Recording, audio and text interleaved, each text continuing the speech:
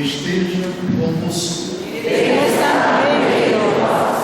Proclamação do Evangelho de Jesus Cristo segundo Lucas. Glória a vós, Senhor.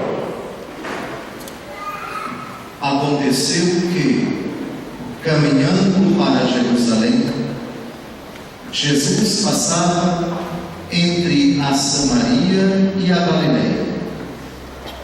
Quando estava para entrar num povoado, 10 leprosos vieram ao seu encontro. Pararam à distância e gritaram: Jesus, Mestre, tem compaixão de nós. Ao vê-los, Jesus disse: Ide, apresentaram-nos aos sacerdotes. Enquanto caminhavam, aconteceu que ficaram curados. Um deles, ao perceber que estava curado, voltou glorificando a Deus em alta voz. Atirou-se aos pés de Jesus com o rosto por terra e lhe agradeceu. E este era um samaritano. Então Jesus lhe perguntou: não foram 10 os curados?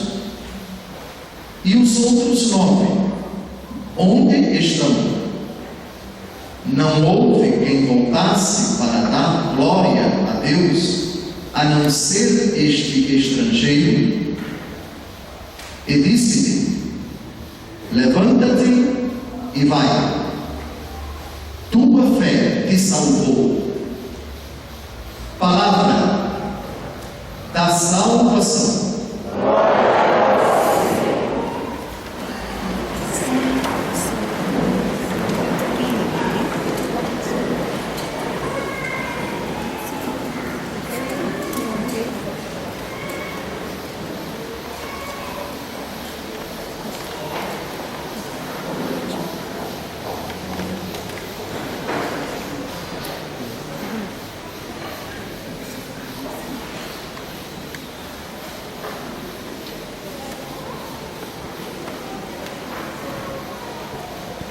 É impossível agradar a Deus sem a fé.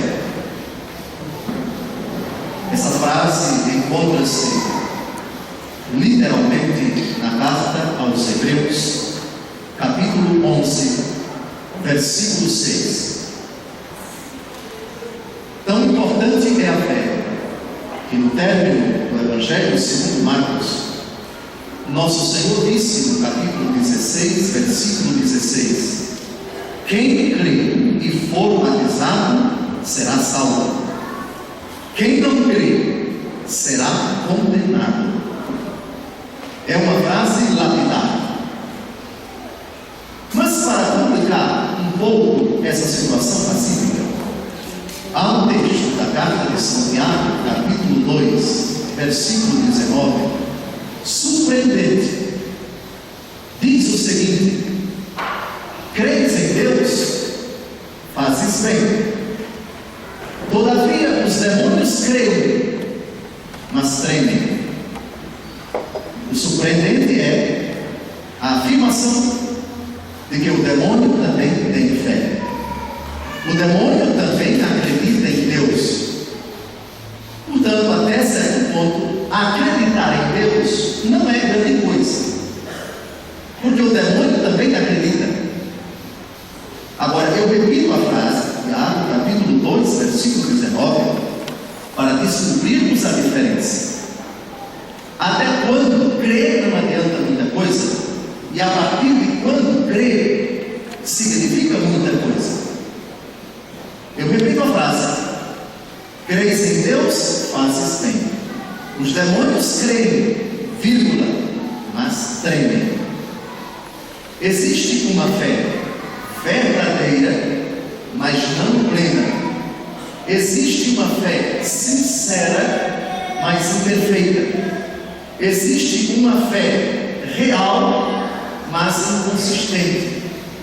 Por isso importa descobrir quais são as exigências da fé, as características da fé, para que nós possamos dizer: essa fé verdadeiramente salva. Essa introdução é importante para nós compreendermos a última frase do Evangelho de hoje. Nós encontramos nas ruas a seguinte frase: só Jesus Cristo salva. E é verdade. Geralmente quem escreve isso são os protestantes, mas isso não é privilégio do protestantismo. Isso é uma genuína afirmação católica, apostólica, romana. Os apóstolos, no capítulo 4 e no capítulo 5 dos Atos dos Apóstolos, são categóricos. Não há outro nome debaixo do céu pelo qual devemos ser salvos: Cristo Jesus. É corretíssimo? Agora olhem a última frase do Evangelho de hoje. Jesus não diz que ele salva, é outra coisa que salva. Então, Dom José, Jesus é o único que salva, e agora Jesus devolve essa frase surpreendente: a tua fé te salvou. Há contradição nenhuma. E mostrar que não há contradição é o sentido da homilia de hoje. Para que nós compreendamos o que eu disse ainda há pouco, até quando a fé não salva, até quando a fé, pelo contrário, ela é condição de possibilidade para precipitar uma pessoa no fogo do inferno, já que o diabo está lá acreditando em Deus e acredita, mas verdadeiramente ele acredita em Jesus. Nós temos que compreender os âmbitos da fé e aquilo que a fé implica dentro de nós, o que ela compromete dentro de nós. O homem, ele é um ser psicossomático, ele é um ser composto de matéria e de espírito, de alma e de corpo. Enquanto dotado de espírito, enquanto dotado de alma, ele tem algo que nos diferencia dos demais animais irracionais. O homem é dotado de razão. O homem tem a capacidade de aprender as coisas, de intuir o significado delas, de refletir sobre elas. O homem tem a capacidade de emitir juízos de valor sobre aquilo que ele vê, aquilo que ele ouve. O homem é o único ser vivente, a única criatura que tem a capacidade de se autoanalisar, de refletir e emitir juízo de bondade ou de maldade acerca das coisas, acerca das pessoas, acerca de todos os seres e principalmente acerca de si. Por isso, a fé não pode deixar de comprometer, antes de tudo, essa capacidade, a capacidade de aprender. O conhecimento, em um certo sentido, ele não implica moralidade, isto é, conhecer é bem ou mal. Depende da motivação e depende da aplicação que você dá no conhecimento, que você busca, que você aprende. Mas o conhecimento em si, ele é neutro. Conhecer é próprio do homem dotado de sentidos, dotado da capacidade de refletir. Eu estou conhecendo essa cidade, bem? Ele é um ser vivente, ele tem sentidos, ele tem a capacidade de aprender as coisas. Isso vamos chamar de uma possibilidade neutra. A fé, ela também tem essa dimensão intelectual. A fé é, antes de tudo, conhecimento de fatos, de verdades e, mais do que isso, de uma pessoa. Tudo parte do amor. O amor verdadeiro, antes de tudo, conhece, depois ele confia, depois ele se entrega. Eu penso que agora esse caminho fica mais fácil com ele, essa pedagogia, essa parte da homilia, para nós compreendermos o que é que a fé exige de nós e para que nós possamos concluir lá no final da homilia. A fé verdadeiramente que salva é, antes de tudo, uma fé que aprende, que conhece realidades. Lembra-te de Jesus Cristo. Repare a primeira frase da segunda leitura de hoje. Lembra-te de Jesus Cristo, da descendência de Davi, ressuscitado dentre os mortos, segundo o meu Evangelho. Lembrança, memória de elementos que foram um dia colocados dentro do nosso coração. Alguém nos disse um dia que não há dois ou mais deuses, mas apenas um.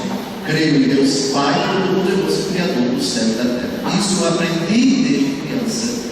Creio em Jesus Cristo, seu único Filho, nosso Senhor. Creio no Espírito Santo. Vamos dizer daqui a pouco, vamos compendiar todos juntos 8 verdades que estão gravadas na nossa memória. A fé é, antes de tudo, conhecimento. Tão importante é essa dinâmica da fé, que Jesus, no capítulo 8 de São João, versículo 32, diz: conhecereis a verdade, e a verdade vos libertará. Reparam como a fé é tratada por Jesus nesse texto. Conhecimento que tem relação com liberdade e libertação. O segredo de toda a sociedade desenvolvida não pode ser outro. É um saber, é um conhecer, ou numa linguagem mais rasteira, é a educação. Instrua o povo, que você tem um povo livre. Cultura, saber, inteligência, investimento em educação, não há outro caminho. Invista pesado nesta área, neste âmbito da sociedade, e você vai ter um povo livre, um povo que não se escraviza, porque conhece a si, conhece o mundo, conhece os seus direitos, conhece a realidade, sabe pensar. A capacidade de pensar mostra o poder de um povo. Pegue os povos mais cultos do mundo, os povos mais lindos, os povos mais fortes. Quer escravizar um povo, tire a cultura dele, tire o saber dele. Portanto, a fé tem esse âmbito. Ela é, antes de tudo, conhecimento. Hoje se fala muito da presença agressiva de determinadas denominações protestantes, pois lá no Nordeste, minha terra, se costuma dizer que a pior coisa, pior do que um protestante implicante, é um católico ignorante. Mas os dois comem no mesmo coxo. Quer uma igreja fragilizada? Deixe de explicar para ela, deixe de ensinar a palavra de Deus. Faça da homilia um momento de dizer abobrinhas, baboseiras. Quer afastar as pessoas da igreja católica? Faça desse momento, o momento da explicação da Bíblia Sagrada, o momento de se falar de tudo, de se poetizar, de falar disso, daquilo e daquilo outro. Uma água com açúcar, uma charopada, e aí você vai impossibilitando a pessoa de fortalecer a sua fé. Fé é, antes de tudo, conhecimento. Conhecereis a verdade, e a verdade vos libertará. Todavia, o demônio também crê, o demônio também conhece muita coisa de Jesus. Isso não é tudo, é a terça parte da solução do problema. No capítulo 1 do Evangelho segundo Marcos, há uma afirmação curiosa do demônio. O demônio diz uma frase bonita, verdadeira, de Jesus para Jesus. A ocasião, Jesus está na sinagoga. E aí um possuído pelo demônio, fala na presença de Jesus. Ele se incomoda com a presença de nosso Senhor, que está ali rezando. Então ele diz, irritado: Jesus, que vieste fazer aqui? Sei quem tu és, o Santo de Deus. Vieste aqui para atormentar-nos? Sei quem tu és, o Santo de Deus. Jesus diz: cala-te e sai deste homem. A frase do demônio é verdadeira. Sei quem tu és, o Santo de Deus. Sei. Essa afirmação supõe o quê? Conhecimento. O demônio sabe perfeitamente quem é Jesus. É o Santo de Deus. Mas por que Jesus não quer saber desse conhecimento? Por que não agrada a nosso Senhor essa afirmação? Porque essa afirmação não é o essencial da pessoa de Jesus. Santo significa aquele que não é misturado com o pecado. Essa afirmação é verdadeira, mas é tangencial. Não é o mais importante a respeito de Jesus. Dizer que Jesus é um judeu é correto, mas é incompleto para nós. Dizer que Jesus foi um grande homem é verdadeiro, mas não é grande coisa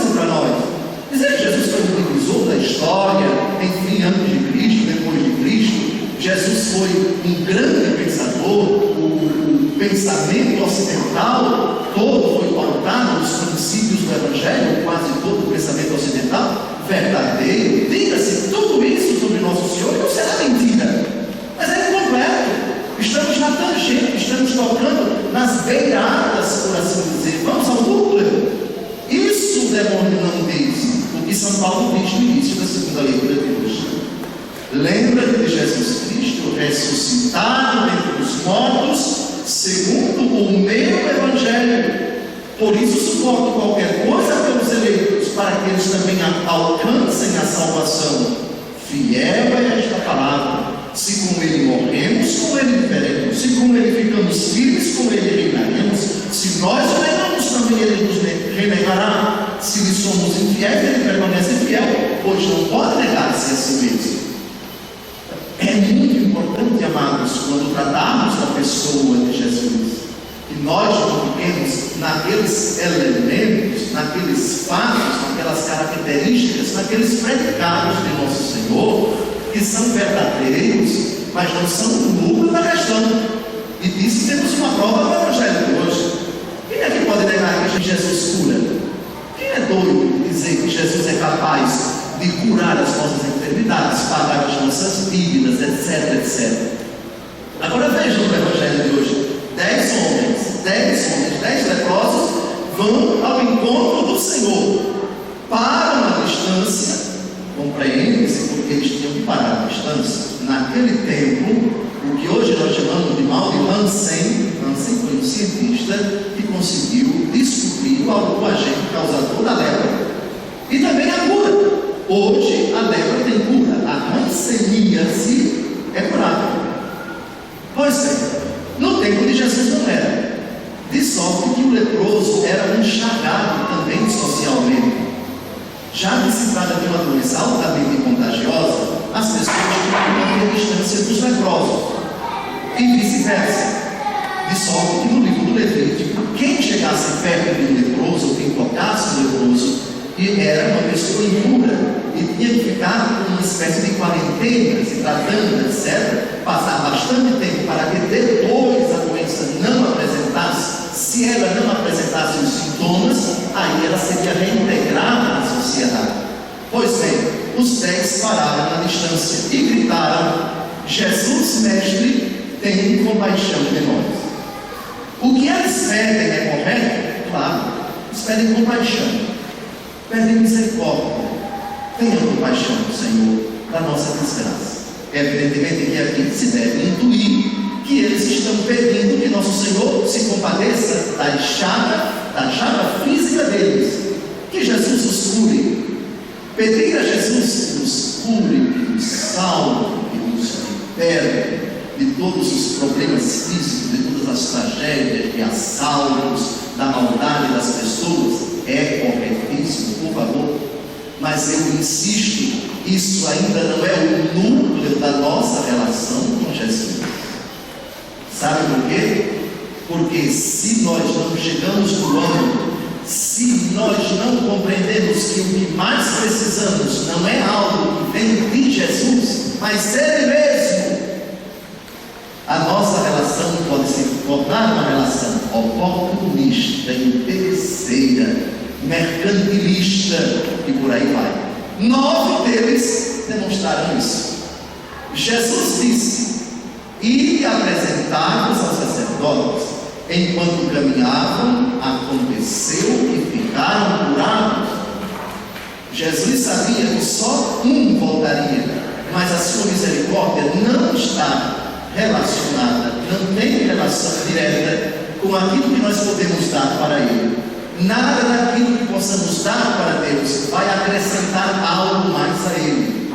Se devemos agradecer a Ele, não é para que Ele se engrandeça, não é porque Ele precisa, é porque é necessidade nossa. E dou um exemplo: o filho que todos os dias pede aos pais, tudo, só pede, e os pais concedem. O filho não sabe o que é gratidão, não sabe dizer obrigado. Não estou falando da boca para fora, mas a gratidão. Lá no Nordeste também se tem uma frase que diz que a ingratidão tira a afeição. Mas Quem só recebe e não sabe retribuir com um coração sincero, e essa é uma dinâmica imprescindível do amor, com o tempo, aquele que constantemente dá, vai acabar percebendo: eu estou diante de um oportunista, de um sanguessuga, de um interesseiro, de uma pessoa que só me elogia, me abraça e me beija por aquilo que eu lhe posso dar, ou por aquilo que eu vou dar. Trata-se de uma pessoa muito astuciosa, que sabe muito bem comer pelas beiradas, como se diz, elogiar, encantar, dizer coisas bonitas e depois apagar. Pai me dê isso, mãe me dê aquilo, o cartão de crédito, ou a passagem para mim, para vir para pular, me compre isso porque eu preciso disso. Sabe aquele oportunista de carteirinha? Pois bem, estamos diante de 9 no Evangelho de hoje. O curioso é que o Evangelho que nós acabamos de ouvir é um perigo constante na nossa relação com o nosso Senhor. Repare como é que começa a missa.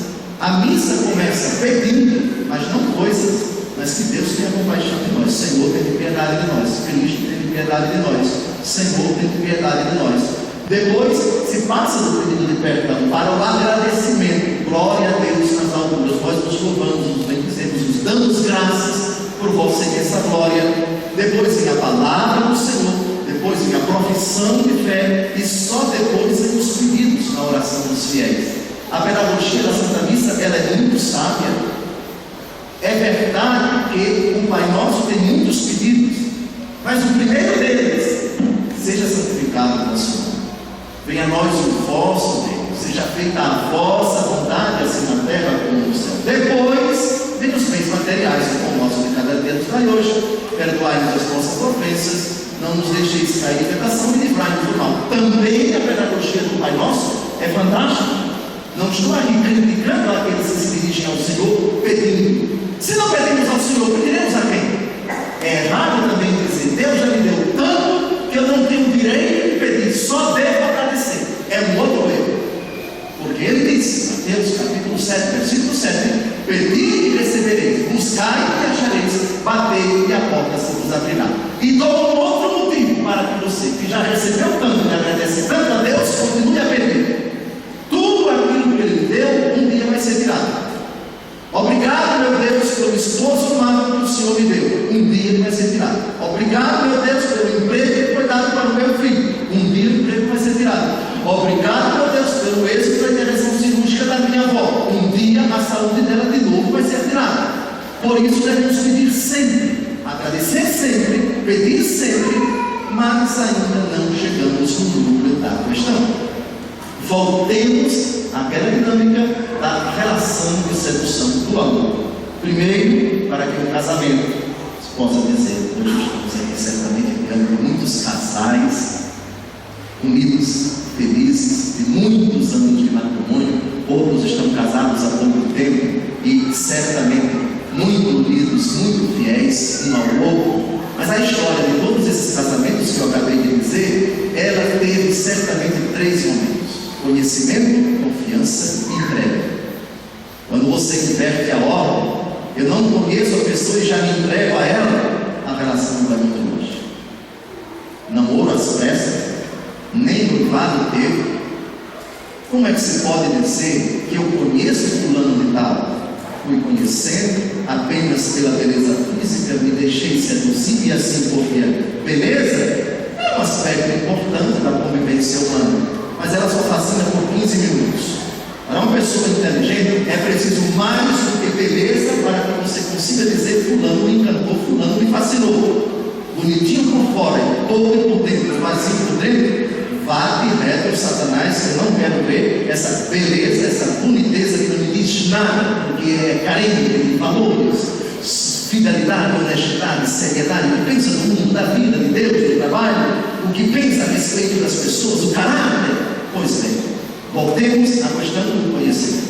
Quando você conhece bem uma pessoa, com o tempo você vai dissipando as interrogações que você tem acerca dela. É fiel ou não é? Qual é a sua origem? Ela pensa nisso, daquilo outro? Será que ela confia em mim? Etc. Com o tempo, o conhecimento das virtudes do outro e também dos defeitos do outro gera um clima de confiança. E a confiança permite que você entre na intimidade do outro aos poucos, o outro entra na sua intimidade. Depois, quando a confiança está ratificada, quando a confiança está celebrada, aí vem a entrega. O ato sexual propriamente dito.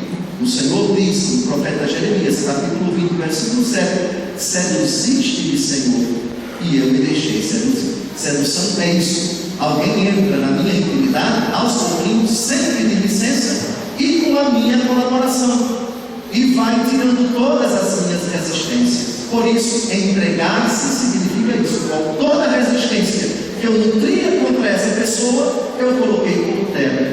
Mais ou menos quando o bandido está numa casa sequestrando uma pessoa, a polícia cerca a casa e diz: sai, se renda, porque eu sou mais forte do que você. Você não tem chance. E ele percebe que não tem escapatória, coloca a arma no chão e sai com as mãos para cima. Ele se entregou, ele não resistiu mais. Entregar-se significa dizer: não há mais resistência de minha parte. E as nossas resistências são de duas naturezas: a primeira, intelectual; a segunda, volitiva, inteligência e vontade. Quais são as resistências da inteligência? Nós racionalizamos demais Jesus Cristo. Nós questionamos muito as coisas. Nós muitas vezes entramos na igreja como antropólogos, como armados com a nossa cultura, com aquilo que lemos, com o que aprendemos na universidade, com o conhecimento de que desfrutamos, com o nosso grande elan, respeito, prestígio que nós temos lá na autarquia, no setor tal, no ministério tal, ou então no meu setor, eu sou uma pessoa muito conhecida. Grande coisa isso diante de nosso Senhor. Isso leva algumas pessoas muitas vezes a fazer uma intelecção puramente racional e atéria na relação com nosso Senhor Jesus Cristo. Esse Jesus precisa me convencer em muito mais do que 10 ou 15 minutos deste bispo que está falando aí. Isso não me toca, porque o que ele disse eu já sei, já estudei, já aprendi, não me acrescenta nada. Entenderam as resistências? As brigas, os dramas, os dilemas. Outra, a vontade. O fulano está verdadeiramente nas trevas, a palavra de Deus chega até ele. Todos nós sabemos quando uma pessoa está nas trevas e não quer sair das trevas, a presença da luz a leva a sentir um mal-estar tremendo. E quem não quer sair das trevas, quem não quer se dirigir para a luz por voltas, às vezes fazemos muitas vezes morcegos. O morcego, ele tem uma deficiência visual, é quase cego, por isso ele aprimorou a capacidade de se dirigir, gritando, e aí ele se guia pelo barulho do seu grito nas coisas, e ele percebe o que é que está diante de si e a que distância. Pois bem, a cegueira espiritual muitas vezes nos leva a justificar o injustificável, a colocar desculpas, a adiar, a teorizar o pecado, a condicionar a mudança do nosso estado de trevas à atitude dos outros. Sim, eu bebo, sim, estou vivendo, mas tem gente que não bebe, está morrendo. Pois bem, é a típica justificativa. Você pode estar com câncer de pulmão, fumando 3 carteiras de cigarro certo, mas se eu fumo, eu morro. Se eu não fumo, também eu morro. Eu vou continuar fumando porque é gostoso. Mais uma justificativa. Ou o fulano que está levando uma vida ambígua, etc. Alguém vai e aconselha, ele já está armado com justificativas. É hábil para anular a força da verdade, do conselho, enfim. Entenderam? A fé também implica esses 3 âmbitos da nossa existência: conhecimento, confiança e entrega. Eu devo conhecer o meu Deus, a minha fé, a palavra de Deus. Eu devo conhecer quem é Jesus e onde ele veio. Eu devo conhecer a doutrina da minha igreja, essencialmente as principais verdades da minha fé.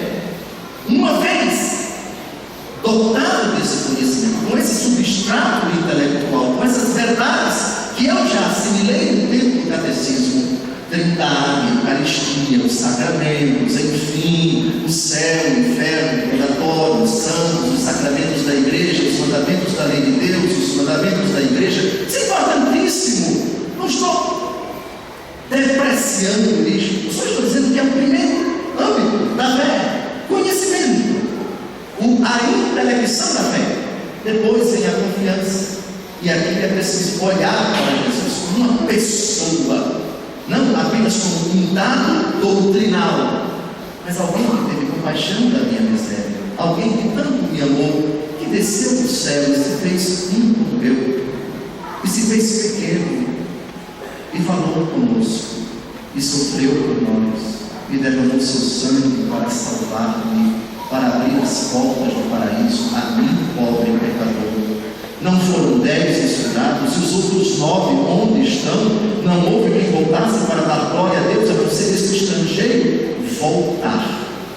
Depois que Jesus me dá o presente, depois que Jesus me concede o milagre, eu devo me voltar para Ele. A finalidade do milagre, a finalidade de Deus resolver um problema financeiro, de Deus ter nos salvado numa intervenção cirúrgica, de Deus nos ter livrado de uma dificuldade, de uma tragédia, foi essa. Até agora você vinha distante de mim. Repara como era a sua vida. E eu tive compaixão de ti. Eu te dei um presente para que tu te lembres, não da graça que tu recebeste, mas de quem te concedeu esta graça. É um Deus que te ama, um Deus que pega teu coração. Eis que estou à porta e bato. Se alguém abrir, entrarei e cearemos juntos, eu com ele e ele comigo. E nesse Jesus eu confio, na palavra do Senhor eu confio. Confiança não é em dado doutrinal, não é em verdade, por mais bonita que ela seja. Essa dimensão fiducial da fé, a confiança de que fala o Salmo 36, entrega o teu caminho a Deus, confia nele e ele agirá, e os desejos do teu coração ele atenderá. Isso só de pessoa para pessoa, e isso se obtém com os joelhos no chão, mergulhando o texto diante do Santíssimo, fazendo uma leitura com o coração da palavra de Deus. Isso é insubstituível. Até é importantíssimo dizer que eu celebro o Deus da minha vida como os demais. Agora lembrem-se, a confiança que uma pessoa adquiriu no coração da senhora, a senhora passou a confiar numa pessoa, foi graças a uma relação pessoal, tete a tete, testa a testa. E isso supõe convivência, intimidade, 1 dia, 2 dias, 3 dias. Ninguém confia no outro por e-mail. Ninguém confia no outro assistindo pela TV a missa do padre tal ou a pregação do fulano de tal. Isso é importante, mas confiança em Jesus se adquire relacionando-se com Ele pessoalmente. Há uma dinâmica da nossa fé que é insubstituível. Pessoas só confiam em pessoa quando as duas estão próximas, muito próximas, e quando uma se abre verdadeiramente para a outra. E para concluir, entrega. Conhecimento, confiança e entrega. Entregar significa abandonar-se, é jogar-se inteiramente nos braços do outro. Na mão do Sírio, na primeira leitura de hoje, o Sírio, na Síria, esse país tão bonito, está sendo dilacerado pela guerra, e parece que já morreram mais de 150 mil mortos, é muita gente. Esse país lá, onde dizem que armas químicas foram jogadas, e parece que foram vezes, é a ONU que está dizendo, não sou eu. Pois bem, Síria, capital Damasco, uma das cidades mais antigas do mundo, portanto um pagão, um general, ele está com um problema de lepra. Lá na sua terra, ninguém consegue curá-lo. Até que alguém, um judeu, lá na Síria, diz: olha, tem um profeta em Israel, e esse profeta, ele é capaz de curar você. Ele então vai até esse profeta em Israel. Chegando lá, o profeta Eliseu diz: olha, será preciso que você se banhe 7 vezes nas águas do Jordão. E aí ele debocha: mas na minha terra, a Síria, tem rios muito mais famosos, muito maiores do que esse rio, o rio Jordão.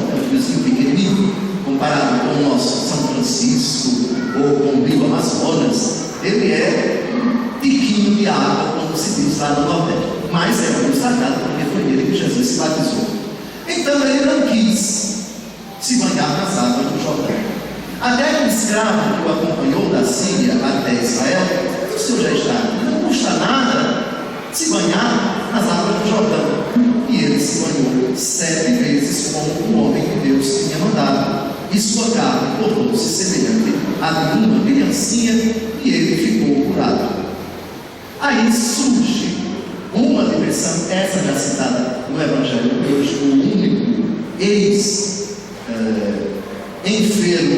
ex-leproso que volta para agradecer a Deus, nada possível que é agradecer como presente a Deus, dando um presente ao profeta Eliseu, que não aceita, evidentemente, esse presente.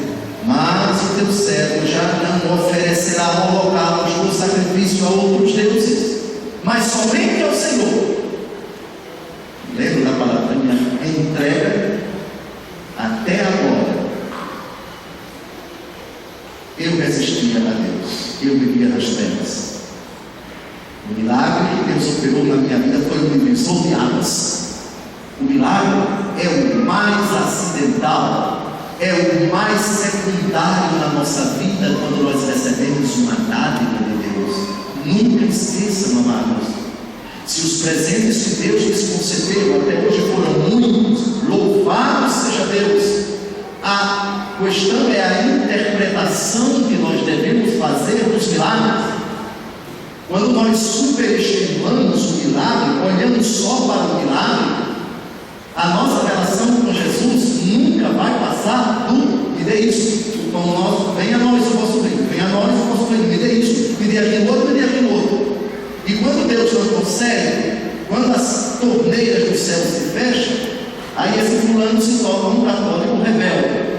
Aí olha para os 4 cantos do mundo e diz: bom, se na igreja católica Jesus já não me dá aquilo que ele me dava, eu vou buscar fora. Por isso que vocês entendem que determinadas denominações, determinadas seitas fazem do culto um comércio religioso. Vendem a ilusão de que Jesus é capaz de dar tudo o que você precisa. Isso é pelo outro. Você, fulano, vem cá. Foi que deu, como você era? Assim, e agora? Então Deus me deu 3 manchas em Miami, 5 casas no Forte Lauderdale, e assim por diante. Hoje eu sou uma outra pessoa. Mas é isto? Muitos outros milagres Jesus Cristo fez que não estão escritos neste livro, mas estes foram escritos para que creiais que Jesus é o Filho de Deus e crendo tenhais a vida em seu nome. Fé é aquela capacidade de crer no Senhor, esperar nele, entregar-se a ele, mesmo sem ter visto, mesmo sem ter recebido. Porque viste e creste, disse Jesus a Tomé: bem-aventurados os que não viram e creram. Esta é a fé verdadeira de quem está no fim da vida, de que sabe que não vai ser mais curada da enfermidade, de que está se ultimando e continua a confiar no Senhor. Esta é a fé autêntica de quem talvez aqui e agora não receba de Deus o que está pedindo, mas vai receber de Deus o que realmente precisa, e não obstante confia no Senhor. Esta é a fé. Fé de gratidão é importantíssima, mas a fé do silêncio, a fé da espera, a fé que não está respaldada naquilo que recebeu, mas naquele que concedeu, essa é a questão. Olha para mim e não para aquilo que eu te dei, porque o que eu te dei é um simples recado, uma simples lembrança de algo que é dado provisoriamente e terá tirado o mundo em breve.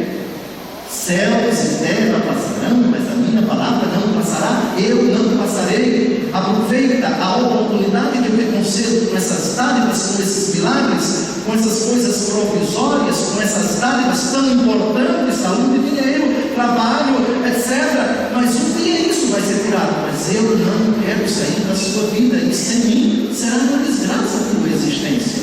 Esses milagres são as conta-gotas da minha bondade, em comparação comigo. Eu, o dom verdadeiro, o verdadeiro milagre, a verdadeira dádiva, é isto que tu deves buscar, é para onde o teu coração se deve voltar. Olha para os milagres que eu já céus que eu ainda te concederei, mas se lembra que está com tudo discernimento. Aquilo que eu te dou, mais importante do que estas coisas, o meu coração, a minha vida, a minha existência, o meu sangue derramado. Eu sou o teu Deus, eu sou o teu Senhor, eu sou o teu Salvador. Esta é a importância, esta é a verdadeira carência, esta é a verdadeira necessidade nossa. Que Naamã, o Sírio, os 10 leprosos, e todas as personagens das leituras que nós acabamos de ouvir, o apóstolo Paulo, nos ajudem a olhar para Jesus. Sim, o taumaturgo, aquele que soluciona meus problemas, aquele que atende as minhas preces,